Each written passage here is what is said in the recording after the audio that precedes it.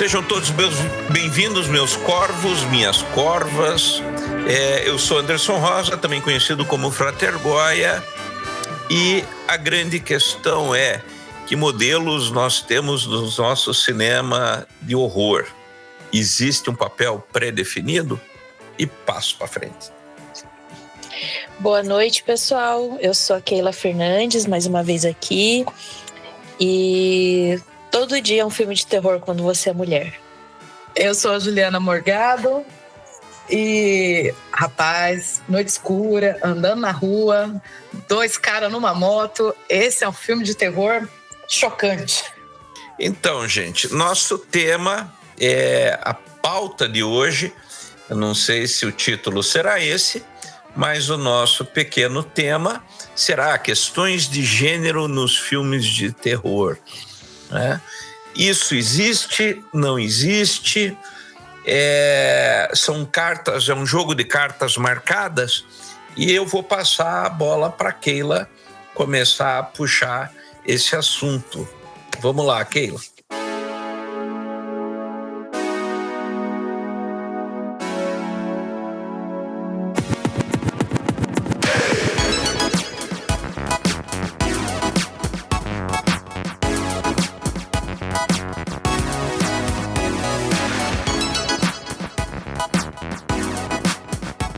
Eu só lembrei do Padre Quevedo agora. Isso não existe.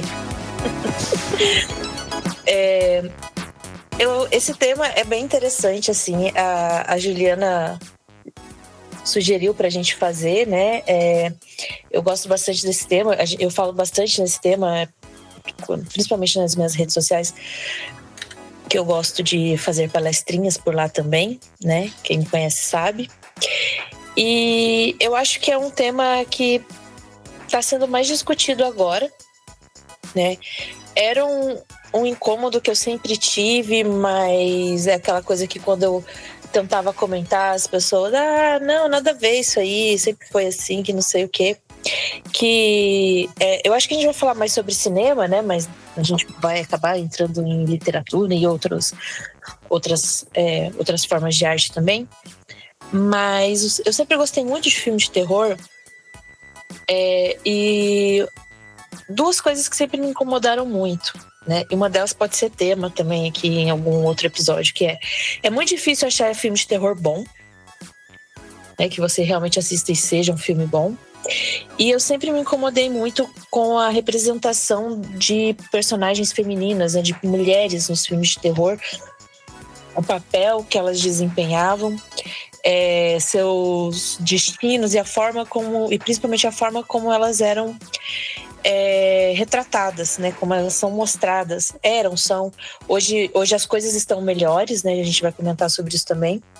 Mas eu sempre enxerguei com muito incômodo, porque eu sempre vi as mulheres em filmes de terror sempre naquele papel de tá ali para agradar a visão masculina, né? Então, mulheres dentro de um padrão estético específico, mulheres com pouca roupa, e sempre mulheres sendo as vítimas das piores, das partes mais criativas da violência dos assassinos ou dos monstros, né?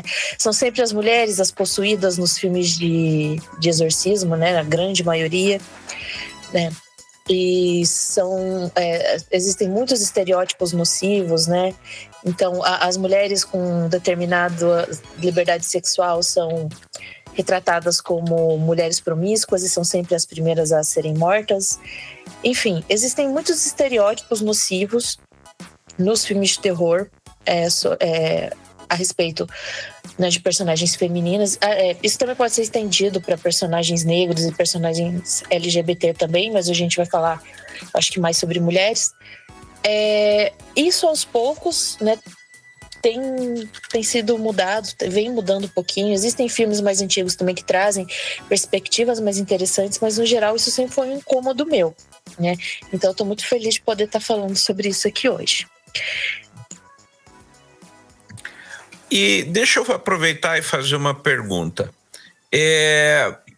Quando a gente para pensar, sempre tem isso, né? A mulher objetificada, num filme de terror num contexto geral, embora eu deva fazer uma menção honrosa ao Hellraiser, em que a personagem feminina começa como vítima e torna-se heroína. Sim. Né, da franquia, que é um ponto dentro do Clive Barker, né? Apesar dele ainda trabalhar de uma estética sadomasoquista no Hellraiser, ainda assim ele foge um pouquinho desse clichêzão. Pode falar.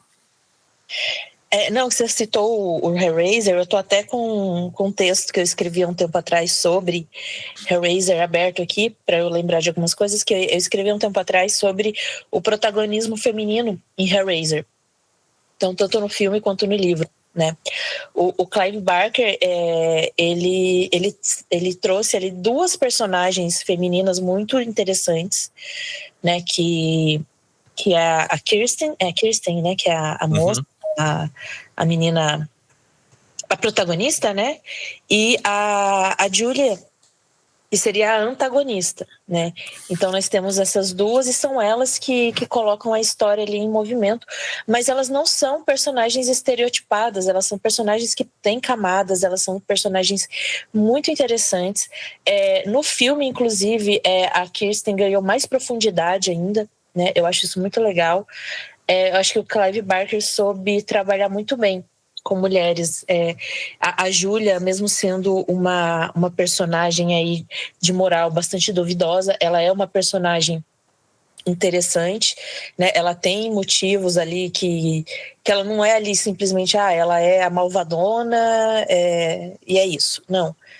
Eu achei muito legal você citar Hellraiser exatamente porque já estava aberto aqui para falar sobre. Eu gosto muito do Clive Barker e de Hellraiser.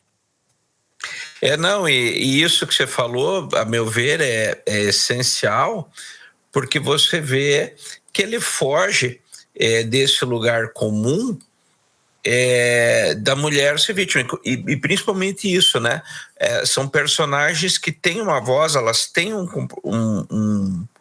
uma estrutura que é delas, né? Não é o papel desempenhado numa função dentro do filme, né? Como é a mocinha que vai ficar por último para morrer, é a mocinha que convidou, né? Não é um papelzinho, um semi-papel, né? Ele é muito interessante isso daí.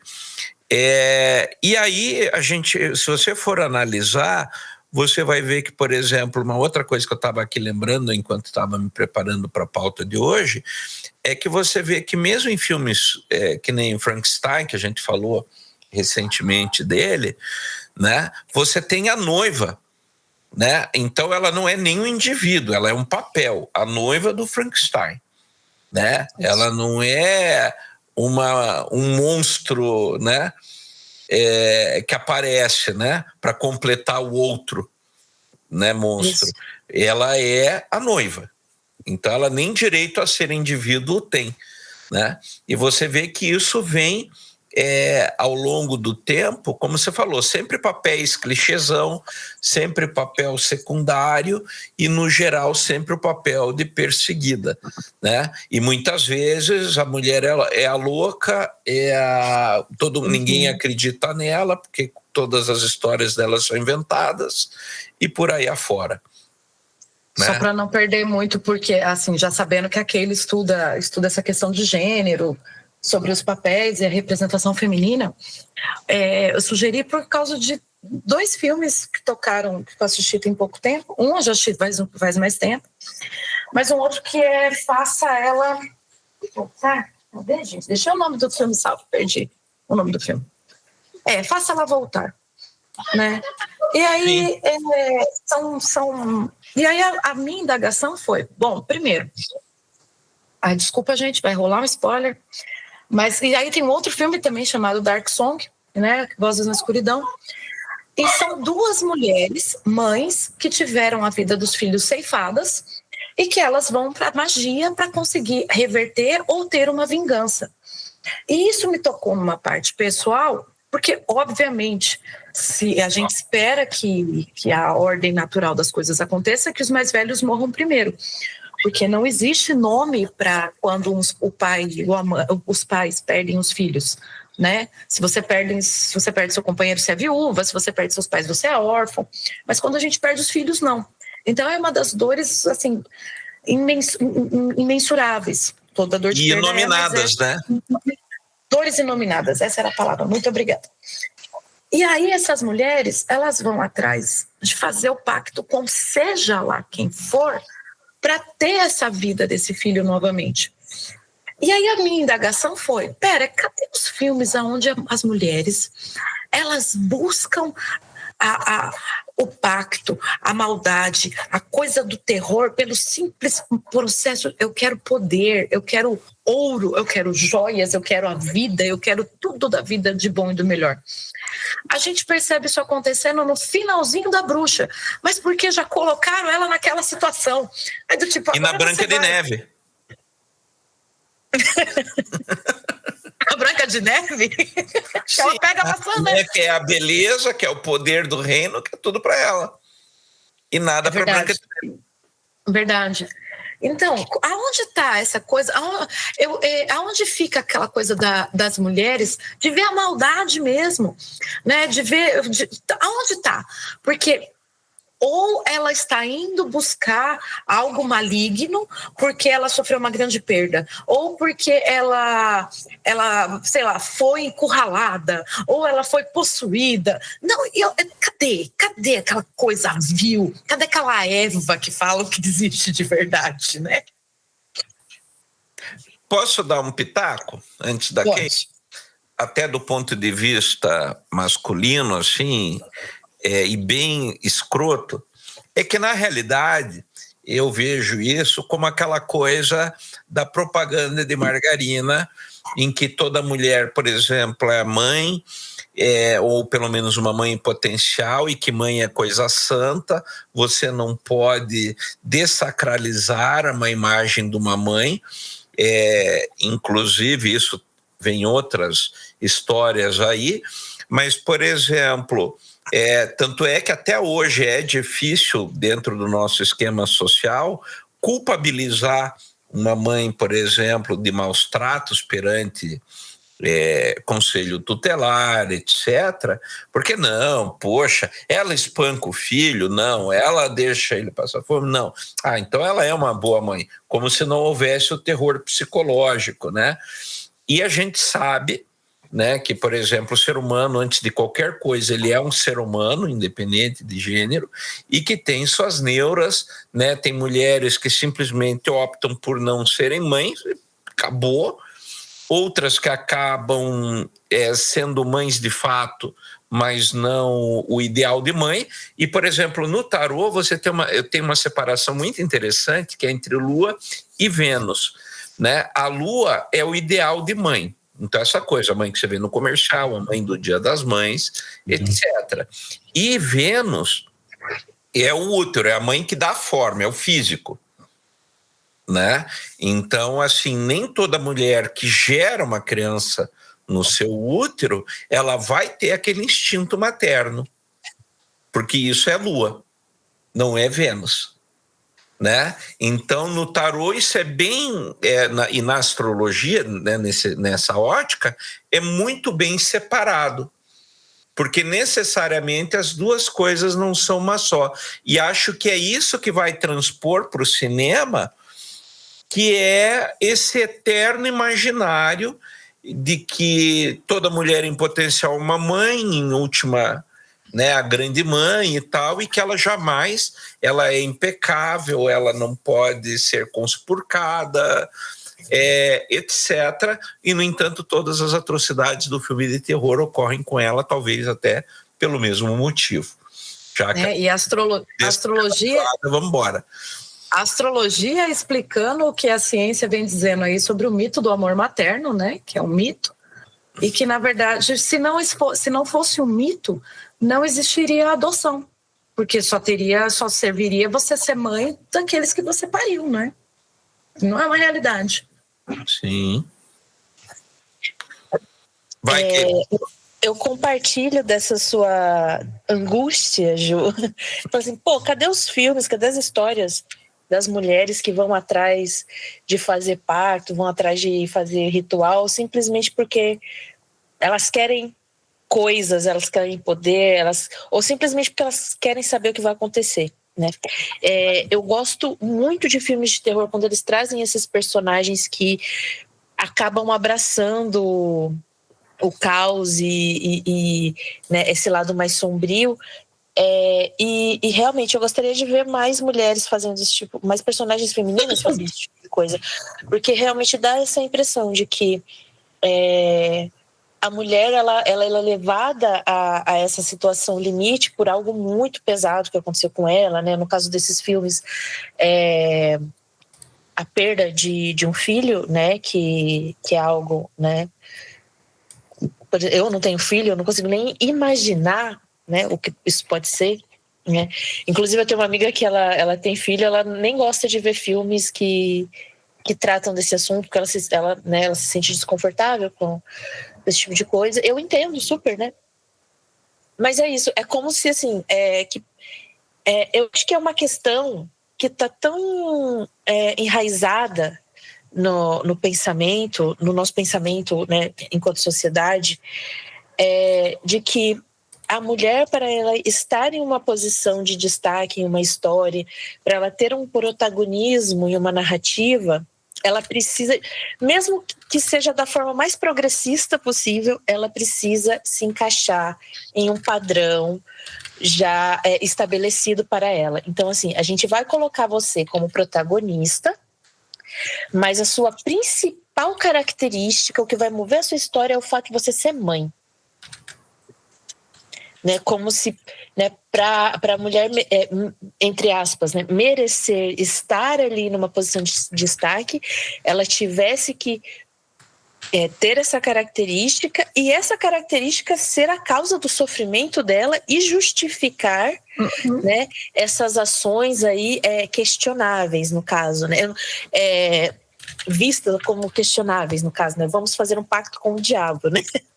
Então... Sim, aí você assiste e fala assim, nossa, que empatia que eu tenho com essa pessoa aqui, porque eu faria a mesma coisa, faria até pior se eu tivesse possibilidade, né? E aí, o filme de terror, ele não é terror pela parte do terror do diabólico que deveria aparecer, mas ele é um terror psicológico, né? Exatamente. E assim, você citou a bruxa, né? A bruxa tem esse finalzinho, né? Que ela spoiler, né? Que ela abraça ali o sombrio, ela abraça ali as ofertas, né? Do cramunhão.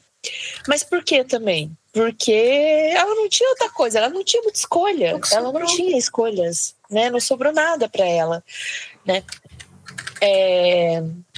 Então, assim, eu acho que mesmo em produções, não são todas, né? Como eu disse, eu acho que isso tem mudado ao longo do tempo. A gente vai ver cada vez mais produções com personagens mulheres cada vez mais interessantes, mas a gente vai começar a ver mais quando mais mulheres começarem a dirigir e escrever filmes de terror, né? Porque enquanto homens estão ali no controle da narrativa dessa mulher, ainda vai ser uma visão de um homem sobre o que uma mulher deveria sentir em determinada situação. Por mais que esse homem seja uma pessoa que tenha empatia, por mais que ele pesquise, né, ele nunca vai estar naquele lugar, né? Vai entrar, como o Goya mesmo disse, a questão vai entrar sempre o arquétipo do que aquela mulher ali representa, né? Exatamente, o arquétipo e não como indivíduo, como o Goya falou. Eu acho que um filme que mostra muito bem isso é aquele Mãe, né, que o próprio nome é Mãe, né? E é um filme que, assim, ele só funciona, né, ali no âmbito de metáfora, né, no âmbito simbólico, porque ele não funciona. Ele não é um filme que, tipo, como geralmente a gente vê, é uma história, né, a história superficial e aí a história mais profunda, a trama profunda. Ele só tem ali essa trama que estaria por trás da trama superficial, que é só a parte simbólica.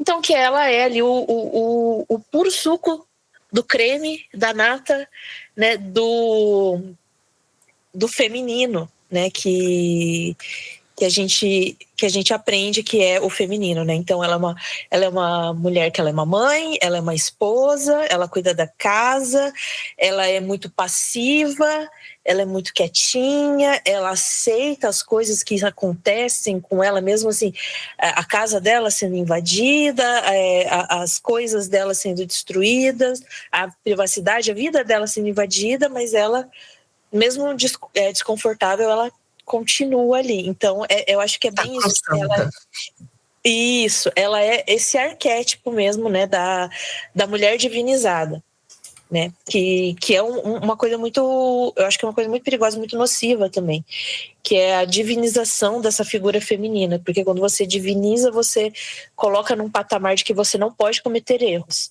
Então, você só tem valor, você só pode existir enquanto você for uma pessoa impecável. E isso acontece muito no geral com as mulheres, mas a gente vê isso muito quando nós vemos pessoas escrevendo sobre mulheres. Então, a mulher, ela é sempre sem erros, ela é sempre perfeita, e porque senão ela não pode ser protagonista, né? Não sei se você, mudando assim, gente, é uma digressão, mas que não vai fazer, não vai deixar de fazer sentido. Eu tenho uma meta na minha vida que é assim, livros que alguém reclamou ou falou alguma coisa, ou enfim, ou livro, coisas que estavam hypadas, e eu não vou ler isso, eu falo assim, baixa sua bolinha e vai lá, você tá aqui nesse mundo, vai, né? E eu peguei para ler Helena Ferrante. Gente do céu! A tetralogia napolitana, aquela mulher descrevendo aquelas duas mulheres, é uma das coisas assim mais viscerais que eu já li. É muito bom, né? Independente da história que falam de que é mais de uma pessoa escrevendo, enfim, né? Porque até para ela poder ser ela enquanto pessoa, ela precisa ser um alter ego. Estamos aí com Fernando Pessoas, sendo várias pessoas e ninguém tá falando nada. Fernando Pessoas. Mas assim, o conseguir trazer essa carne, né? Essa vivência do que é do que é ser mulher. E a gente estava tentando lembrar dos filmes, talvez os mais hypados, né? Os mais novos. Hereditário tem isso, assim, que elas estavam realmente fazendo o que queriam fazer. Né? Elas não estavam ali porque aconteceu alguma coisa assim, tipo, olha, a gente está aqui porque o que a gente quer está aqui nesse rolê, né? No Hereditário. Ou a gente não conseguiu lembrar de outro sem ser Jovens Místicas, né? Que seja alguma coisa assim com mais substância, né? Não conseguimos lembrar.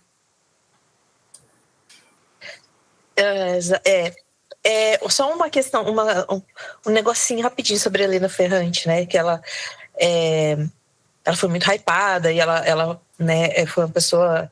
Os livros dela tiveram uma crítica muito positiva, tal.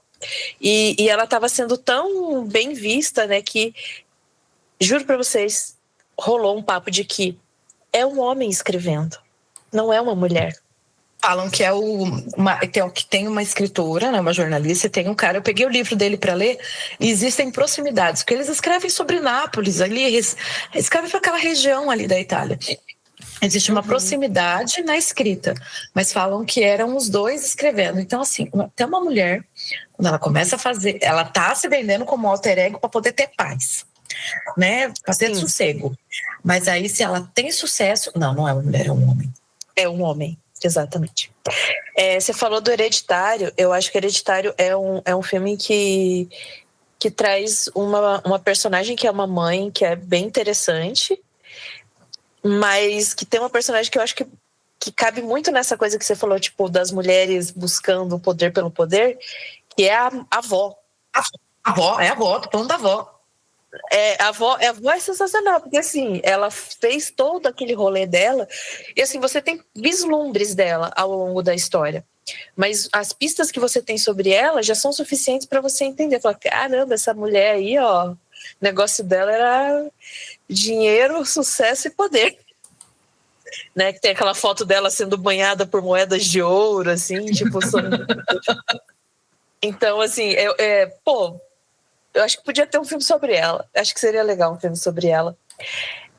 Tem um filme brasileiro que foi dirigido por uma mulher também. Gente, eu não lembro o nome de pessoas, eu vou procurar aqui depois. Mas é um filme com a Marjorie este Ano, que é um filme chamado As Boas Maneiras, né? E é um filme bem diferentão, assim, mas é um filme muito legal, porque tem 90% do filme são duas personagens, né? A personagem da Marjorie este Ano, que é essa mulher que mora, né? Que ela é uma mulher que tem uma certa posição social boa ali, ela tem grana, tal, ela mora sozinha, e aí ela contrata essa outra mulher para trabalhar para ela, né, para trabalhar na casa dela, né, fazer o trabalho doméstico e para ajudar ela porque ela está grávida, né? E aí as duas vão ali desenvolvendo essa relação e coisas acontecem. Não dá para falar muito porque senão entrega muita coisa, mas acho que é um filme que deu assim uma refrescada, assim, sabe? Deu um frescor. Porque a questão da maternidade ali é tratada de uma forma bem diferente, né? E tem essa questão da, tipo assim, a mãe que pariu e a mãe que cria também tem isso, né? É bem legal, assim, a relação mãe e criança é abordado por uma mulher que provavelmente é mãe, né, que a diretora acho que ela deve ter filho, porque é a forma como ela trouxe ali. E é um filme que eu acho muito legal. É um filme de 2017. Deixa eu só pegar o nome da diretora. Juliana Rojas, ou Rojas, não sei, e Marco Dutra, né? São dois diretores. E daí tem a Juliana que dirige. Né? É bem legal, vale muito a pena assistir, né? E um filme que eu acho que dá pra gente citar aqui como questão de gênero, mas que não fala sobre mulher, mas fala sobre masculinidade, mas é um filme feito por uma mulher, é O Psicopata Americano. Esse filme é muito bom. Eu acho é um filme que a gente pode, eu acho que vale bastante a pena a gente citar, né? Mary Harron, o nome da diretora, né? É da diretora, porque ele é baseado num livro também de uma mulher, né? E o protagonista é um homem, né? No filme ele é interpretado pelo Christian Bale, adoro o Christian Bale. E eu acho que é um filme que discute muito bem sobre a questão dessa masculinidade tão nociva, né? Porque a gente tem esse personagem, né, do Christian Bale, que ele é um homem de... Eu não lembro qual que é a área dele que ele trabalha, mas ele é um homem de negócios. Coisa de finanças, né? Eu acho que é aquela coisa do Wall Street, né? Não lembro, acho que é isso. E ele trabalha ali, né, com vários outros homens, e ele é noivo de uma moça, mas ele tem um caso com uma outra moça. E tem uma cena que eu acho sensacional naquele filme, que são os caras ali, ele e os caras que trabalham com ele, comparando os cartõezinhos de visita deles. Então, assim, a fitinha dourada, a qualidade do papel, né? Como se eles, sei lá, estivessem medindo o tamanho do pinto ali. Né? Então, eles começam a competir ali. E é um filme que é muito mal interpretado também, porque as pessoas, tem gente que acha o personagem do Christian Bale o máximo, assim, como se ele fosse tipo a galera que assistiu Coringa e acha que o Coringa é um grande herói, assim, tá, né?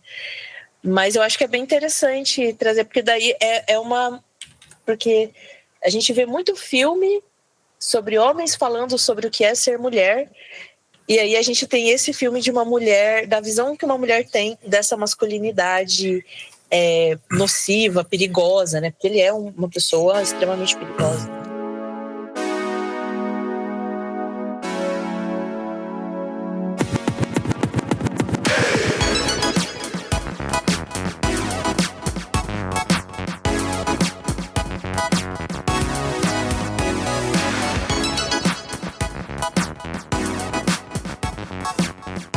E onde entra o Vista Minha Pele? Esse eu não vi, gente. Peraí, deixa eu fazer uma colinha rapidinho. É aquele do Almodóvar, né? Cara, eu não sei. Eu achei aquele... É um bom filme.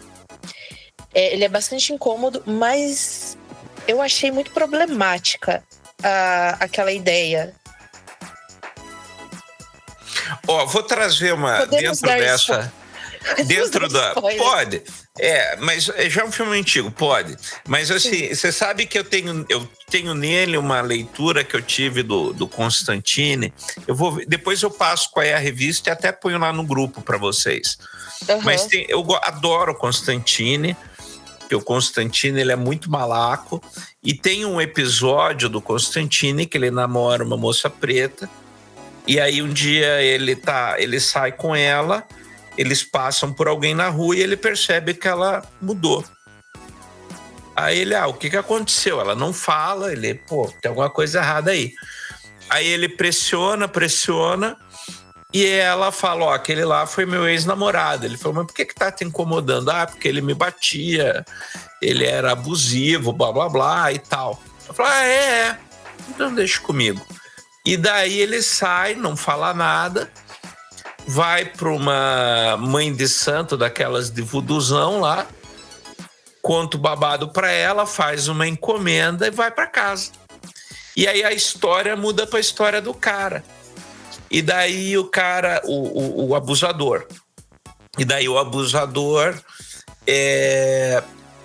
acorda meio mal, meio esquisito, vai com dor, tal, não entende muito bem o que está acontecendo. Aí, quando ele olha para baixo, começaram a crescer peitos. Os seios começaram a despontar. Aí, dali a pouco, no outro dia, ele acorda, vai no banheiro e o pênis cai na privada. E daí a mulher transformou ele numa mulher para ele se colocar no lugar de ser a abusada daí. Né? E essa foi a vingança do Constantine. E eu acho que esse Visto à Minha Pele, ele vai acabar tentando ir nessa direção aí. Sim, eu acho que... Eu até comentei com você que eu li uma HQ também com uma premissa mais ou menos parecida, né? De uma sacerdotisa de Hecate, que ela é violentada por um invasor, e aí ela amaldiçoa ele, e ele é amaldiçoado a voltar como mulher todas as outras vidas. Eu entendo de onde vem essa ideia da punição, mas eu acho extremamente problemática colocar esse homem no lugar da mulher para que a mulher continue sendo abusada, entendeu? É uma perpetuação da violência. Então eu acho uma ideia bastante problemática. Provavelmente saiu da cabeça de um homem isso, porque você transformar o cara em mulher como punição, né? Ser mulher é uma punição. Então eu entendo de onde vem essa ideia da punição, né? Que a única forma de fazer o cara entender é ele passar pelo que as mulheres passam, mas não resolve o problema, entendeu? E de qualquer maneira ele vai ser, continua no arquétipo e vai ser um corpo feminino que vai ser violado. Que vai ser, exatamente. Então é a perpetuação dessa violência contra a mulher, sempre. Então eu acho... o Visto à Minha Pele é um bom filme, eu acho um filme bom, tal, é um filme bem chocante, assim, bem incômodo, mas eu fiquei muito tempo pensando nisso depois, sabe? Foi um filme que me fez pensar muito. E eu acho que cai nessa zona aí pra mim. Não achei legal, não. Mas aí que tá. Eu acho que isso é legal problematizar justamente por isso. Porque, na realidade, é a vingança do ponto de vista do homem. Sim. Vou te fazer exatamente. virar mulher. Né? E aí, não assim, uma mulher. E como é que eu resolveria isso? Né? Sim. Talvez até mesmo transformar o outro em mulher, mas não para que continue sendo abusada. Né? Aí teria que vir outra perspectiva. Mas aí eu acho que faltam modelos, diretoras, roteiristas, né? Produtoras mulheres para tomar esse espaço. Eu acho que está faltando uma voz efetivamente é feminina nesse caso, em especial no gênero horror, né? Quem que tem, Keila? Você que está bem por dentro. Quem que tem que estar fazendo horror feminino? Deixa eu lembrar aqui, que eu nunca guardo o nome de diretores no geral, né? Mas tem... Bom, acho que um dos mais recentes agora foi a Substância, né? Que foi dirigida por uma mulher. Deixa eu ver se eu lembro o nome dela. Aliás, eu gostei demais desse filme. Crítica social foda. Crítica social foda, que é sobre a questão do etarismo e tal, né? Sim. Deixa eu só... Coralie Farragut, que é a diretora da Substância, né? Tem a Juliana Rojas, que é brasileira. Tem a Ana Lili Amirpour, que ela dirigiu Garota Sombria Caminha pela Noite, né? Que é um filme de terror bem bacana também. Que mais? Deixa eu ver. Eu tô procurando. Eu fiz uma listinha aqui das moças para poder lembrar os nomes. A Lina Regin, que dirigiu Morte, Morte, Morte, que é de um filme de 2022. Tem a diretora do Saint Maud, né, que é Rose Glass. Chloe Okuno. E tem um que é bem interessante também, que é o Chalé, que é da Verônica Franz, que é um filme bem... Ele é bem denso, assim, sabe? É um filme que causa bastante desconforto, assim. E que tem... Eu acho que é interessante porque ele coloca a mulher... É a história de uma moça que ela é namorada de um cara que tem 2 filhos. E eles vão passar... um fim de semana, assim, num chalé, nas montanhas, tá nevando, tudo. Só que aí o cara tem um negócio de trabalho, ele precisa sair, deixar ela sozinha com as crianças. E ela não é uma pessoa que sabe lidar muito bem com as crianças. Então o cara simplesmente abandona ela lá com as crianças e aí as coisas saem um pouco de controle, né? Então eu acho que é legal que traz essa perspectiva de que, tipo, só porque eu sou uma mulher, eu necessariamente tenho que cuidar dos seus filhos, que não são meus. Nossa, isso me lembrou... aquele filme eu tenho que saber lidar com isso. Internado. É bem... É o filme... a Ilha... Eu tô tentando lembrar, gente. Desculpa, cortou. É a Ilha do Leonardo DiCaprio, que ele passa por uma coisa na vida dele, e aí por isso que ele vai lá para aquele hospício. É um filme... Então, mas aí o que acontece é que ele não consegue lembrar que a mulher matou os filhos e se matou? Não, a mulher matou os filhos. Eu acho que é. Faz muito tempo que eu vejo, que eu vi esse filme, mas eu não lembro muito bem. Mas vocês lembram, assim? Um filme que eu acho... Sim, mas... Mas vocês lembram de filmes que vocês falam assim, gente, eu assisti um filme, seja lá do que for, que você olha e fala, cara, esse personagem aí, essa mulher, ela tá fazendo esse rolê porque ela quer fazer. Lembram de algum? Então, eu não lembro também. Eu não lembro. Acho que o que chega mais perto é o Hereditário da avó. Né? Eu tô tentando lembrar. Eu acho que deve ter, só que eu não tô conseguindo lembrar. Porque não vale falar, tipo, Abracadabra, aonde você vê bruxas e fala assim, não, que ele é um filme infantil, né? Exatamente. Tem um que eu acho legal, só que, assim... Ela não tá lá porque ela queria, mas que é o Garoto Infernal, que é com a Megan Fox, né? Que ela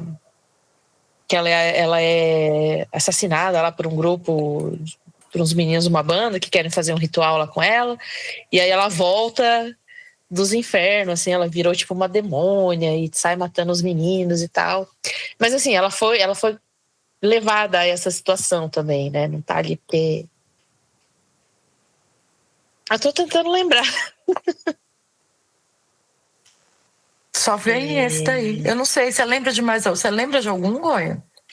Eu tô querendo lembrar aqui, mas tá me fugindo. Não tô me lembrando de nada específico, assim. É que aí que tá, nessas horas que na realidade ser um homem é uma merda, porque na realidade você não vai prestar atenção em relação a isso, né? Você acaba não se pegando nessa leitura. Sim. Um filme que é de terror que eu gostei muito, assim, que é dirigido por uma mulher também, é o Babadook.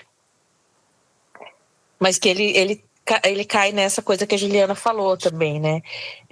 O Babadook, ele é uma grande alegoria para depressão, né? Mas não sei se vocês assistiram Babadook? Não. O Babadook Eu já te falei que eu tenho medo de filme de terror, né? E que tudo que eu assisto aqui é uma grande diversão aqui em casa, com todo mundo me vendo eu me assustar.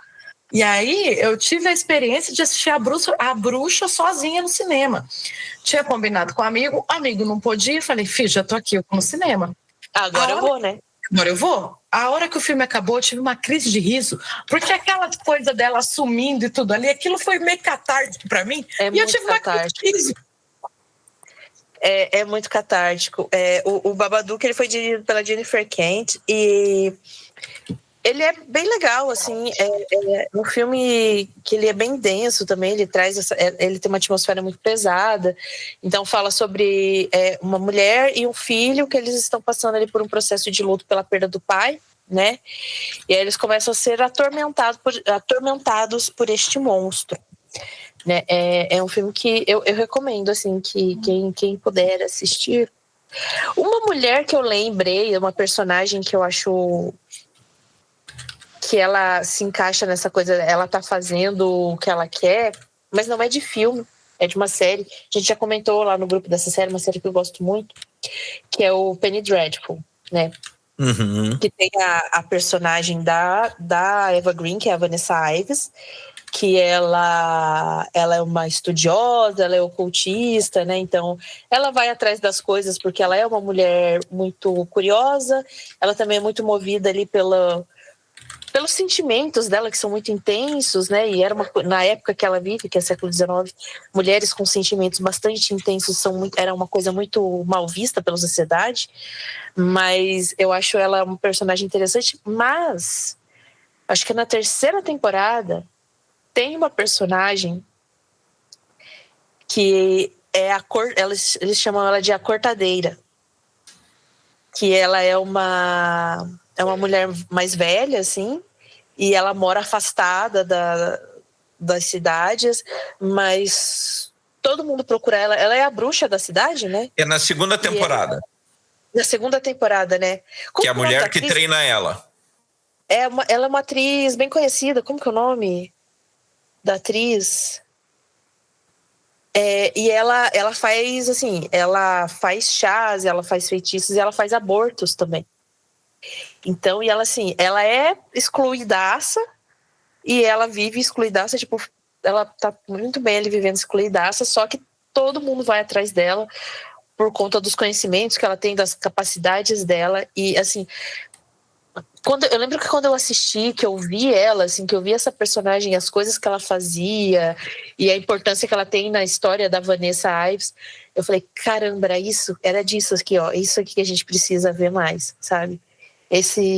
Essas personagens, assim. E, aliás, também deixa eu ver o nome, tem uma atriz que é fabulosa, que ela vai aparecer depois, inclusive o papel dela naquele, como que é, Estranhas Criaturas, mas quer ver, deixa eu ver aqui. Pobres Criaturas? Pobres Criaturas. Macbeth Denzel Washington. Deixa eu ver o nome da mulher.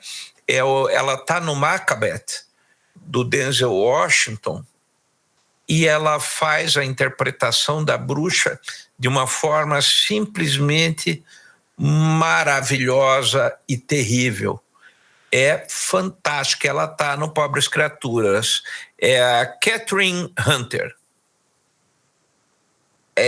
essa mulher ela vai muito de encontro a essa imagem que você está falando aí, do Penny Dreadful. Ela tem a mesma vibe.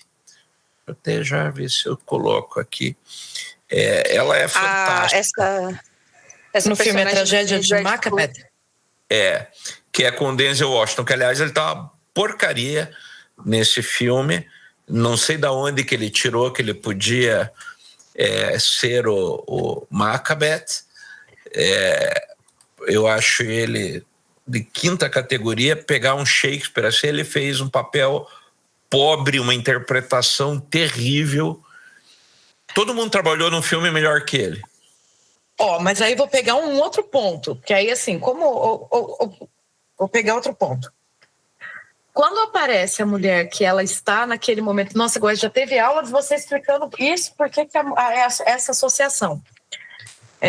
Mas assim, quando vai falar da mulher que ela está fazendo a bruxaria, o que for, ela é sempre representada com mais um estereótipo, com mais um arquétipo da bruxa verruguenta, a mulher feia, né? A mulher que está sozinha, largada no meio da floresta. A história da mulher se mistura com a história da cartomancia, né? Por isso, né? Até vale a pena citar para quem não fez curso meu, e acho que aquele nunca me ouviu falando isso, quem me contou foi uma mulher, que é a Mary Greer, autora desse livro aqui, As Mulheres da Golden Dawn. Ela me deu esse livro quando eu conheci, e aí eu comecei a ler, eu tive que mandar uma mensagem para ela. Eu falei, Mary, eu tenho que parar de ler seu livro agora, porque ele tem muito útero, eu não estou dando conta, né, do seu livro. Foi aí que eu comecei a entender que existe uma escrita feminina, por causa da Mary Greer. E ela que conta essa história. Ela fala que a história da cartomancia e da mulher se mistura, né? Muita gente critica e diz, você está usando o estereótipo. Não, mas isso vou contar a versão que a Mary me contou. E ela diz o seguinte, que desde a aurora da humanidade, a mamadeira precisava ficar em casa, né? Então, por isso que o homem vai sair, vai caçar, aquele papo todo, e a mulher vai mais para o lado da agricultura, fica em volta da caverna e tal. E aí isso vai dando origem, com o passar do tempo, a esta coisa da mulher precisar de um homem para sustentá-la, né? E aí também surge a profissão mais antiga do mundo, né? A prostituição, como a mulher que não quer, ou não acha um homem para depender, ou não quer depender de um homem. Só que chega uma hora que o corpo já não dá resultado. Então ela precisa arrumar algum jeito de ganhar a vida, né? Então ela vai virar uma serviçal nos castelos, vai trabalhar como lavadeira, só que chega uma idade que também não vai nisso daí. Aí ela vai se tornar a governanta dos castelos. E aí chega uma fase que também não dá mais, e aí o que sobra para essa mulher? Ela não tem uma aposentadoria, ela não tem um plano de previdência, mas ela continua existindo, ela continua comendo. Aí ela vai virar a parteira, a benzedeira, ela vai ler cartas, inclusive, que fala, né, as cartas, ela não precisa ser alfabetizada, porque ela parte de uma imagem para fazer a leitura, e aí ela usa a cartomancia como forma de sustento. E é daí, segundo a Mary Greer, né, na leitura dela, que vem o estereótipo da mulher, né, da bruxa com nariz, com verruguinha na ponta do nariz, que é esta mulher que precisa continuar existindo num universo que privilegia o homem e não ela. Mas ela ainda assim precisa dar os seus pulos para conseguir continuar vivendo.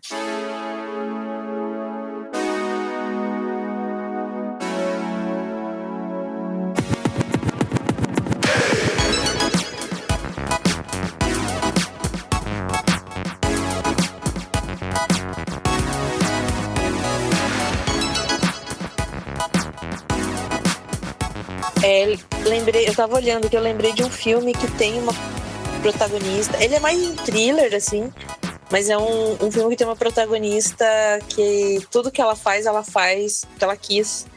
E ela só porque ela é uma mulher que tá cansada. Que é o Garoto Exemplar. Eu acho maravilhoso, eu acho aquela personagem maravilhosa, né? Ela é filha da puta? Sim, ela é. Mas eu acho muito legal porque tudo que ela faz, a motivação dela é tipo assim... Fiz porque quis. Tô cansada disso. Esses meus pais me perturbando, me pressionando. O meu marido, um chato, que ainda tá me traindo. Então... eu vou fazer o que eu vou fazer. E é muito bom. Eu gosto muito daquele filme. Acho muito, muito bom. Essa coisa aí, voltando à questão da representação da mulher como bruxa, né? E quando é bruxa, é a bruxa velha, a bruxa feia, a bruxa, né? Tá lá. Eu adoro bruxas no geral, assim, em histórias, né? Inclusive as bruxas velhas e feias ali que vivem na floresta, né? Quem sabe, espero um dia chegar lá. Né? Mas eu não vejo isso como algo negativo, só que isso é representado muitas vezes como algo negativo, né? Até porque as mulheres não é dado o direito de envelhecer, né? Só um corte super rápido para não perder esse momento. O homem velho é Gandalf. Sim. Né? A mulher velha é a bruxa desdentada e feia. Exatamente, né? Exatamente. Só aí já dá para... É o mago, né? É o mago sábio que viaja pelo mundo dando conselhos e conversando com reis, enquanto a mulher é a bruxa velha que vive isolada porque ninguém quer ver a cara dela. Né? Envenenando maçãs, porque ela tem inveja das mocinhas jovens, né?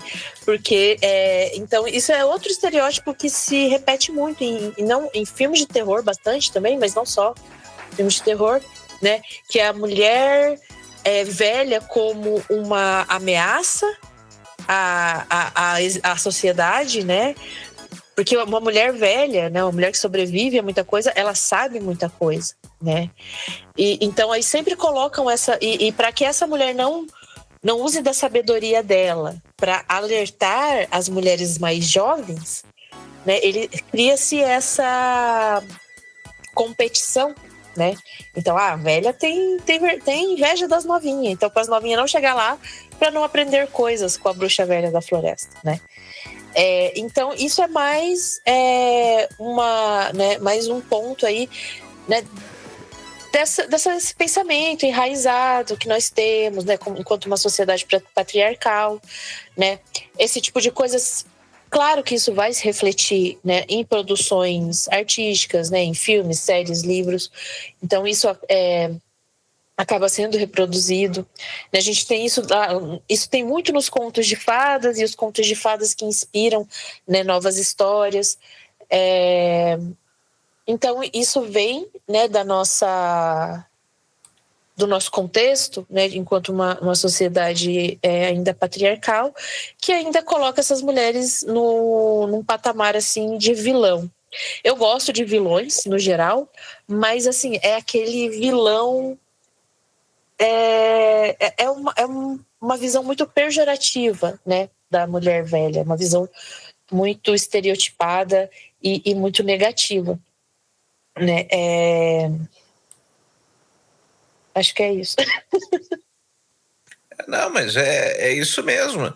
E a gente vê que, na realidade, nos falta um amadurecimento do nosso Zeitgeist aí, em relação a ter essas visões, né? Você sabe que eu encontrei eu fiz uma briga bem grande lá com a maçonaria uma vez, justamente por causa da questão da mulher, né? Existem potências mistas, mas ainda os velhos ficam tudo reclamando.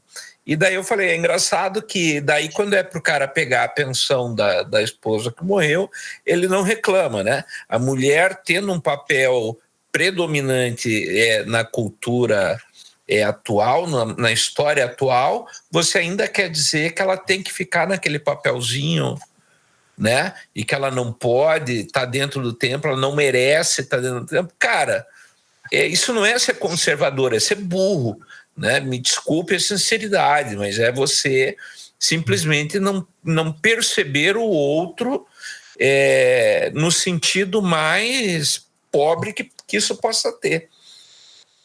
Né? Sim. É uma questão de letramento de gênero, né? Assim que a gente... mas fala eu agora achei que já tinha passado essa fase, sabe? Pra ser bem honesto.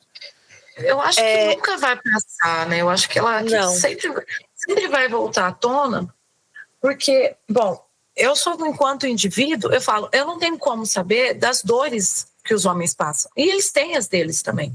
Existe. Só que a gente vai... Isso quando a gente está se olhando como indivíduo, convivendo com indivíduos, convivendo na nossa casa, no nosso núcleo privado.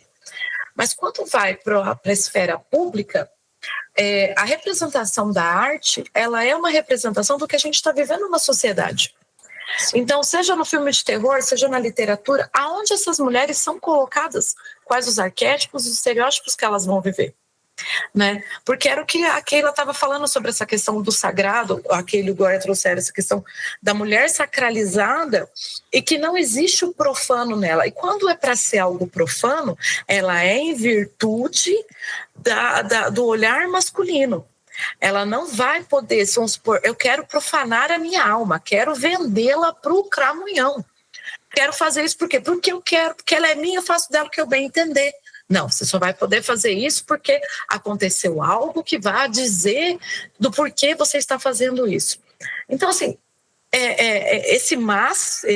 essa esfera maior, ela vai dizer da esfera menor de coisas assim, seguinte, eu não estou a fim de professar mais a religião da minha família nuclear e eu estou a fim de conhecer outra matriz, outra coisa, eu quero ir para uma religião de matriz africana, quero conhecer alguma coisa diferente que foge da sociedade. Você vai ser vista de uma maneira completamente torta, dependendo do núcleo onde você está. Porque fazer o diferente, fazer o fora do comum, fazer o que te desacraliza das mulheres virtuosas, mães virgens, pura, casta e santa, só vai te tornar, você vai ser puta, plebe, vai ser a pior escória da face da vida. Né? Por isso que precisa dessa representatividade de assim, as mulheres elas estão sendo vilãs, por quê? Porque são vilãs. Eu tenho uma professora que ela fez uma pesquisa, agora eu só não me recordo se foi de mestrado ou se foi do doutorado dela, que ela tinha uma curiosidade e ela deu muita sorte de conseguir encontrar alguém para orientá-la e pesquisar sobre isso. Ela falou, eu quero ir nas cadeias, eu quero entrevistar as mulheres, porque é muito dito que mulheres vão para o crime porque elas estão apaixonadas, foram por amor. Eu quero encontrar mulheres que foram para o crime porque elas quiseram ir para o crime. E a pesquisa dela foi sobre esse assunto, né? Foi entrevistar, procurar as mulheres e falar, o que te motivou? Né? O que te traz aqui? Para a gente ter esse outro fenômeno sendo analisado também, né? E para que a gente se torne cada vez mais humana, né? Sim. Três coisinhas rápidas que eu quero falar. Primeiramente, eu devia ter usado uma frase que eu lembrei agora que você falou da pesquisa dessa professora. Minha frase no começo devia ser: eu apoio o direito e o errado das mulheres. Os direitos e os errados. Que é muito a frase da Anne Dunne, que é a protagonista de Garota Exemplar, tá? O errado das mulheres.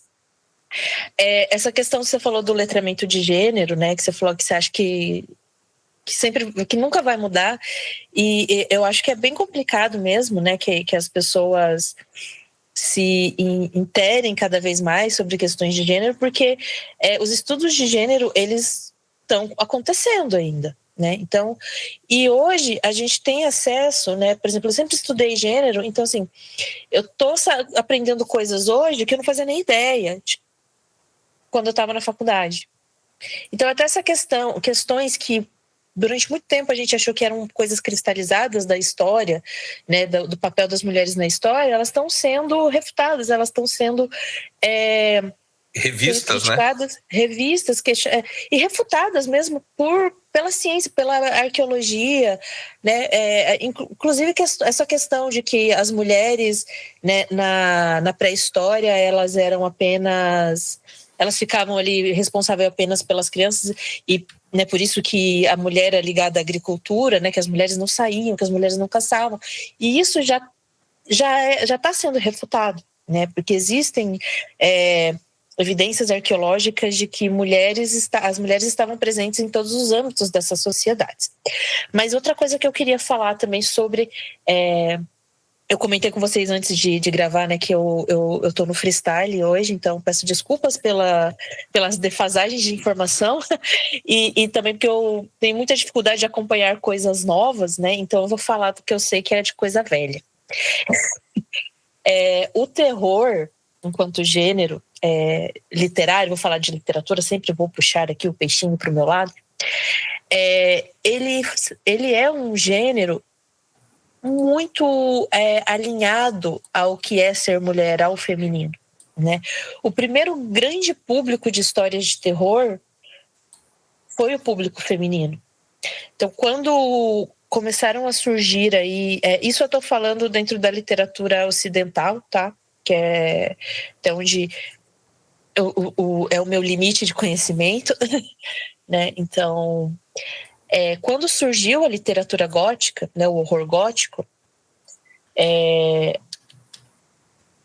as primeiras grandes leitoras, né, o grande público era majoritariamente feminino, porque a literatura gótica, né, além de ter muitas autoras que foram apagadas ao longo da história, né, mesmo a literatura gótica escrita por homens, né, ela sempre trazia ali na sua estrutura uma heroína, né? Uma mulher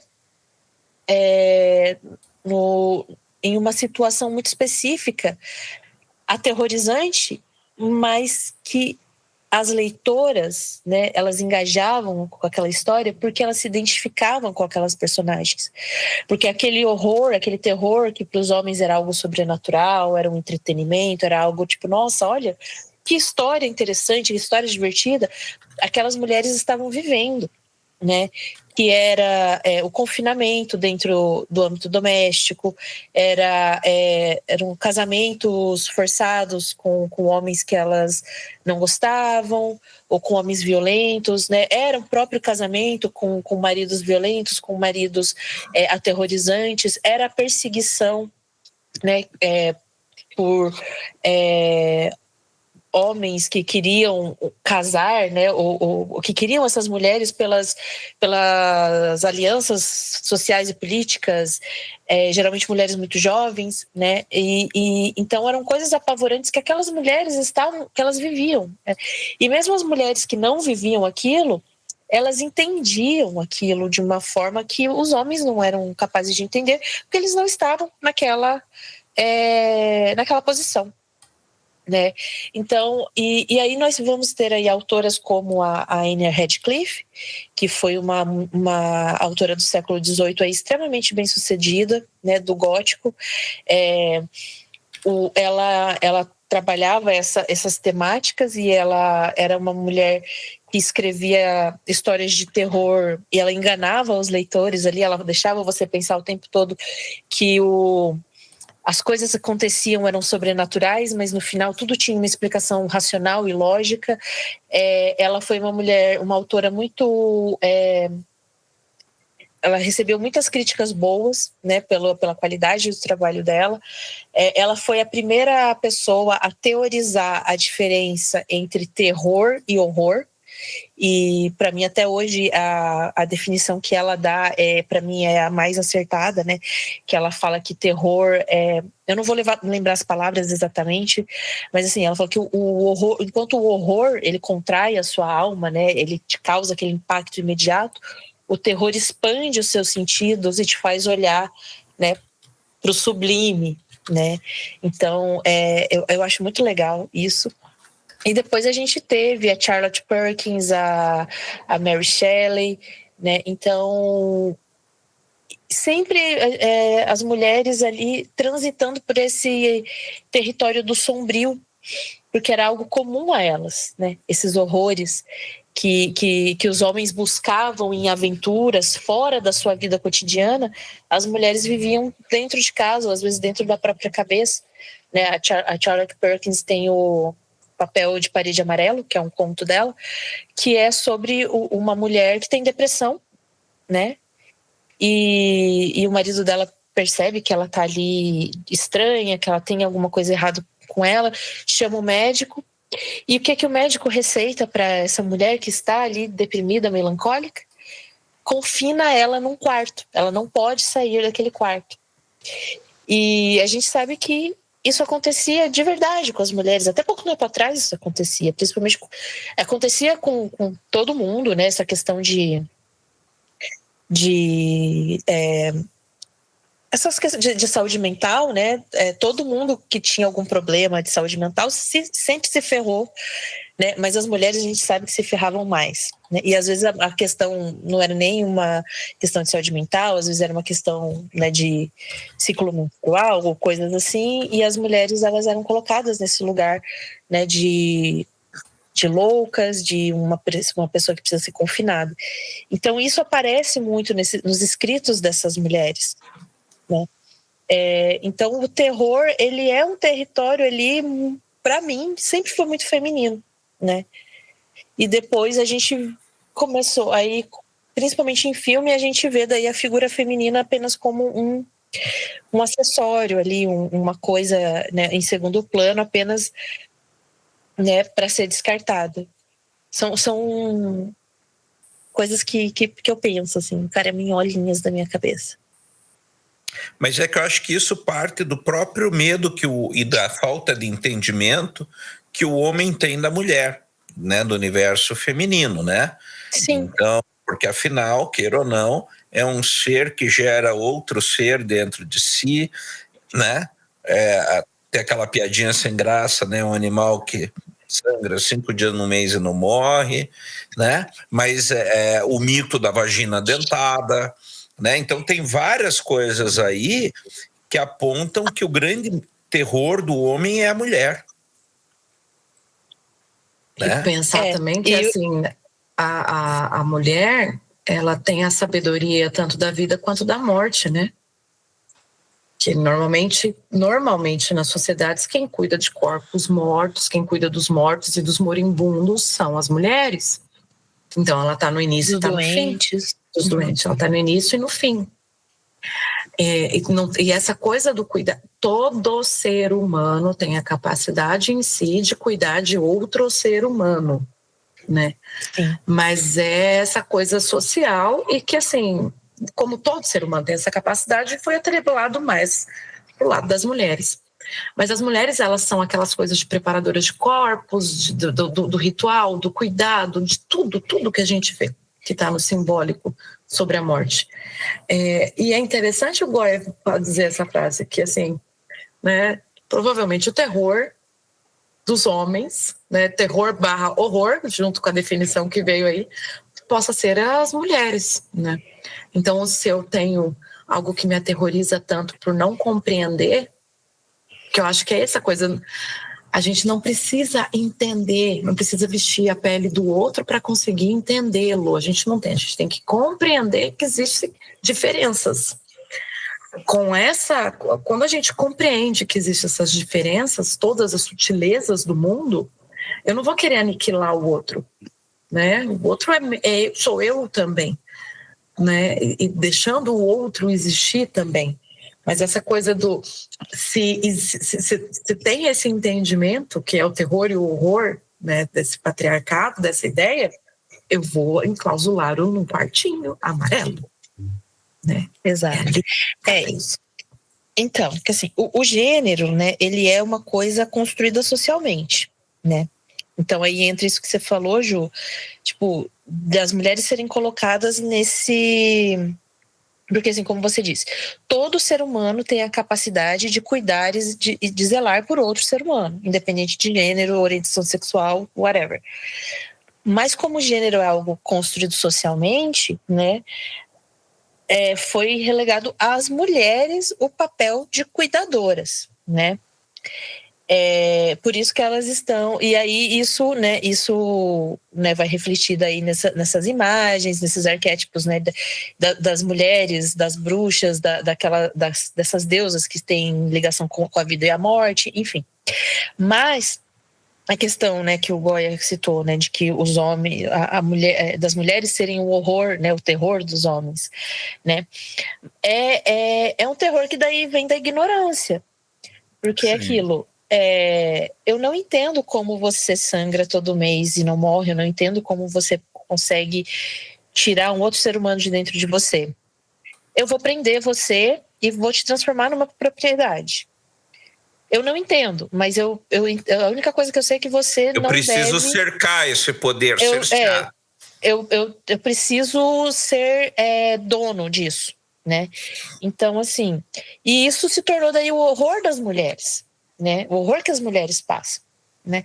Então, por isso que a gente tem aquela piadinha, né? A mulher andando sozinha de noite, ela escuta passos atrás dela, aí você olha para trás e você fica ali aliviada porque é uma legião de demônios e não é um homem atrás de você, né? Então, assim,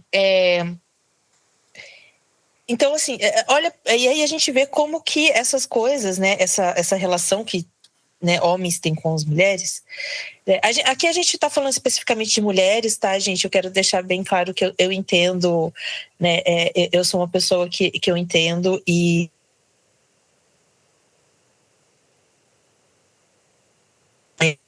mas hoje nós estamos falando especificamente de mulheres, então a gente está nessa parte aí do binário, tá? Então, assim, essa relação entre o que horroriza os homens nas mulheres e o que horroriza as mulheres nos homens, isso aparece daí, então, nessas obras de terror que a gente está citando, né?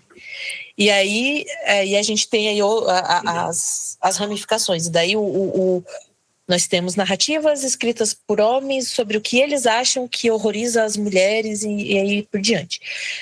Mas então é só tudo isso para dizer que essas coisas aparecem, né, nas coisas que nós produzimos, nas histórias que a gente conta, nas artes que a gente produz, né? E aí, a partir dessas produções, a gente consegue ver de onde a gente está falando, né?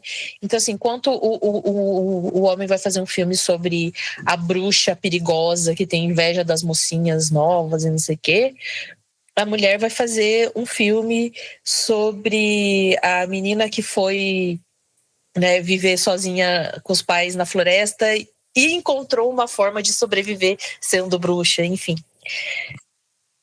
É isso, gente. E eu apoio o errado das mulheres. Então, e acho que, inclusive, se alguém com essas outras questões, né, que a gente tem hoje de gênero que permeiam a nossa sociedade moderna, esses outros entendimentos, eu acho que também o cinema deve começar a refletir isso. Sim, com certeza. E, aliás, isso deve ser uma expectativa, né? Porque todo mundo tem que ter uma voz ali. Então, acho que cabe muito bem ter essas discussões. Mas, como você falou, hoje foi dedicado exclusivamente à ótica, né, de como a mulher é tratada no cinema. Exatamente, né? A gente está vendo que agora as produções elas têm trazido mais diversidade étnica, diversidade de identidade de gênero, de orientação sexual, né? E eu acho que quanto mais a gente tiver realizadores, né, diversos, né, mulheres, pessoas não brancas, pessoas não binárias, pessoas trans, produzindo a arte, a gente vai começar a ver cada vez mais, ouvir mais a voz dessas pessoas, o que é muito importante.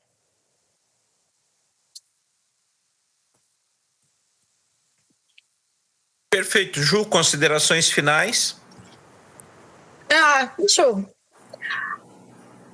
Eu ainda espero, assim, já as últimas coisas de terror que eu me impactei, que eu gostei muito, tem o livro da Keila.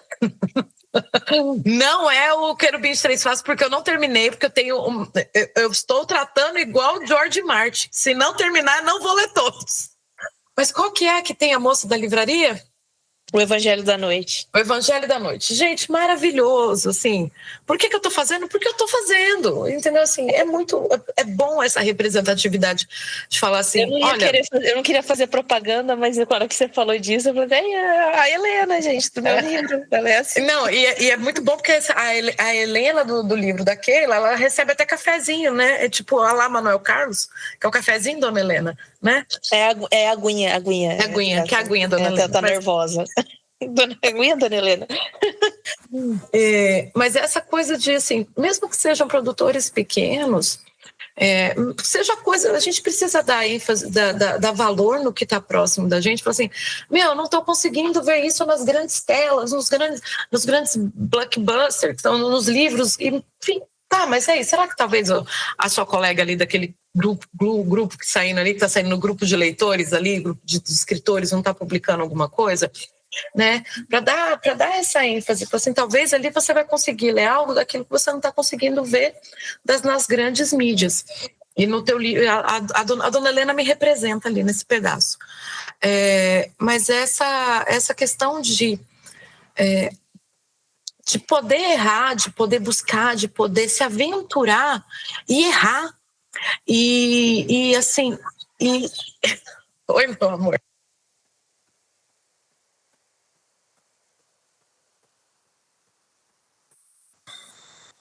Pausa pro neném.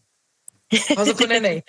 E essa coisa de pegar muito pesado com quem é mãe, para essa dor inominável de que você só vai, então, para partir para magia ou para ir buscar demônio, ou seja lá o que for, porque você está numa dor imensa, isso não é terror, não. Isso é um horror do muito mal feito, do clichêzão, né? Deixa as pessoas que quer fazer o ritual no Dark Song, a moça faz o ritual do Abramelin. Quer fazer? Tá aí, vai estudar, vai buscar, descobre, faz as coisas, busca orientação, faz porque você quer, porque você pode, porque você tá viva. Não porque você tá sofrendo uma dor lascada, toda ferrada. Fala, Goya. Não, eu ia dizer que ainda além disso, no Dark Song, que também não podia ser apenas um ritual de uma mulher que tem uma dor irreparável, mas ela ainda tem que ser abusada, né? Uhum. Isso não existe no ritual, não existe aquela questão de magia sexual colocada em nenhum momento do ritual, do que se prevê no ritual, ou como orientação do ritual, e, no entanto, no filme eles colocam porque, como toda fã tem vez, a mulher tem que ser colocada neste papel, né, de ser abusada por um cara, entre aspas, que deveria prezar por ela. Eu posso fazer só um comentáriozinho sobre isso? Eu nem quis entrar muito nesse assunto, mas vou fazer bem rápido, já que vocês citaram que tem nesse filme. Eu não sabia, então nem vou assistir. Porque o que acontece é que tem muitas produções de terror, livros e filmes. Se já teve toda uma fofoca, uma treta, por causa de um autor brasileiro, né, que escreveu umas coisas assim.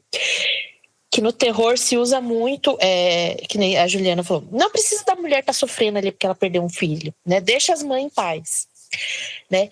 E então, assim, ou a mulher tá perdendo um filho ali, tá sofrendo muito, ou então o filme de terror sempre vai trazer ali essa questão da mulher sendo violentada. Como forma de chocar, como recurso narrativo para ter uma vingança depois. E aí tem gente que vem com uma desculpinha, tipo assim, é didática para mostrar para as pessoas os horrores, isso aqui. Falei, gente, a gente é mulher, a gente aprende desde 5 anos de idade a andar com chave no meio dos dedos, porque a gente sabe que pode acontecer. A gente não precisa que isso fique sendo esfregado na nossa cara de uma forma extremamente estilizada e sexualizada e fetichizada, como acontece nos filmes. Eu não quis entrar muito nesse assunto porque eu fico muito nervosa, mas isso acontece muito em filmes de terror. Então, o estupro é usado, né? A violência contra a mulher em geral, né? Então, violências físicas, mas sempre tem essa questão do estupro também, usado como recurso narrativo, apenas para chocar, para estar ali, não tem uma discussão maior, e para vilanizar a mulher dessa forma, né, como se para estar em um filme de terror, a mulher tivesse que estar passando por um sofrimento muito grande, perdendo filho ou sendo estuprada, enfim. Só queria comentar isso. Não, e acho, nesse caso em especial, me incomodou demais, porque o próprio ritual, ele já é um ritual que tem 1000 famas por aí. Uhum. Tá? E aí é um terceiro desserviço que ele faz em relação ao filme faz nesse quesito, é esse que sempre que você tem um cara que supostamente é entre aspas, um guru ou um mestre, ele é um abusador escondido. Isso Sim. também é outro desserviço que você sempre vai criar o estigma social de que se o cara é um líder, entre aspas, espiritual, se ele se põe no lugar de professor, de guru, de mestre, qualquer coisa, ele fatalmente vai ser um abusador. Né? Isso também Exatamente. É outro clichê altamente tóxico. Mas, se eu puder convencer você a assistir o filme, é uma cena que dura pouco, é relativamente curta,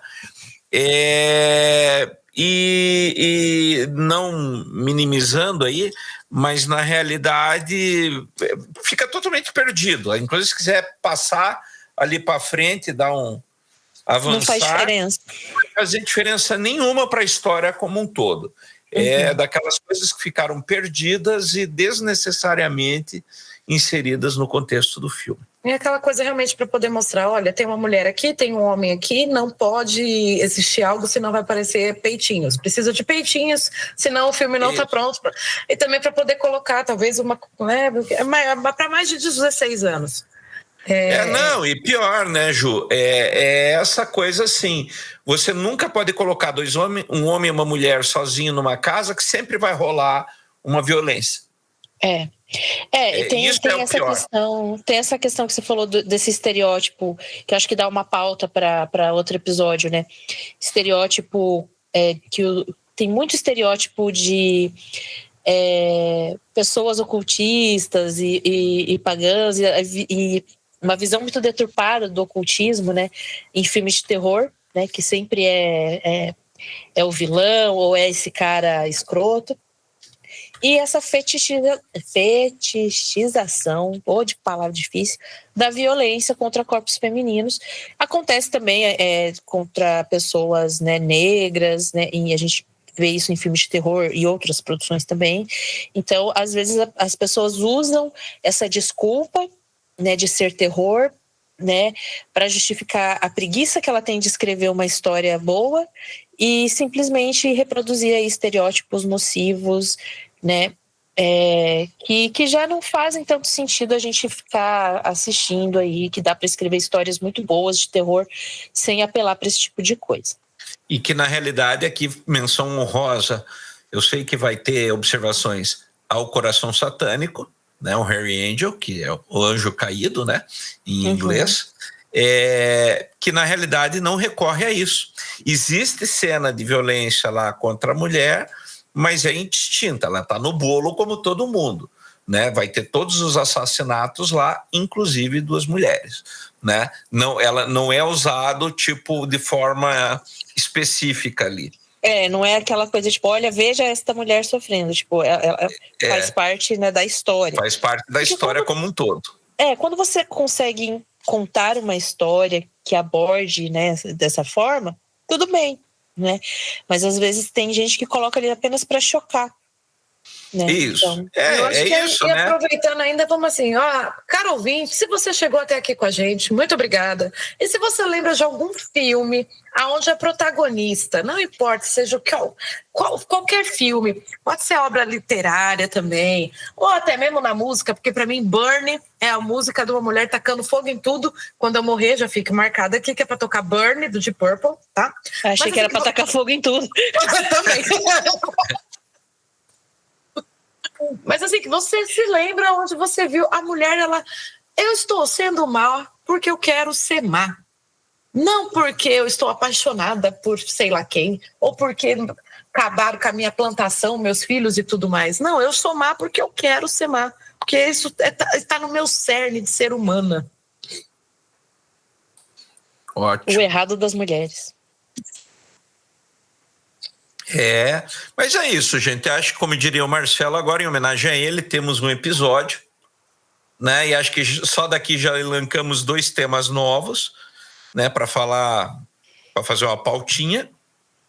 E agradeço demais a presença das duas e com certeza mais um episódio para nós, enquanto homens em formação, aprendermos um pouco mais sobre o olhar feminino relativo aos temas que lhes são queridos.